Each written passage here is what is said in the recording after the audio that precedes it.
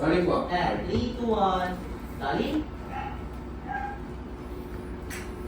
At saka sis, hindi ko naman alam na nasa pintura si Kiana.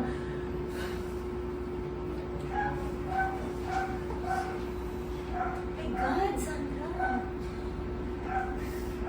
Kaya naman pala dyan ang iyak ng bata. Buti hindi sinabi kay Nico. Ito nga, ang sabi niya, kailangan ko daw aminin na sa papa niya. Dahil pag hindi ko sinabi agad, siya na daw mismo magsasabi. Sis, anong gagawin ko? Hindi tayo. Diyos ko, Sandra, ano ba yung pinasok mo? Hindi ko naman kasi sinasadya. Eh paano? Lagi siya nandyan pag may problema ako. Lagi siya nandyan pag feeling ko nalileft out ako ni Pipoy tsaka ni Kiana. Sis, alam mo naman yung issue ko, hindi ba? Tsaka I remember, sabi mo sa akin na parang makamubungan ako dyan sa hang-ups ko na yan.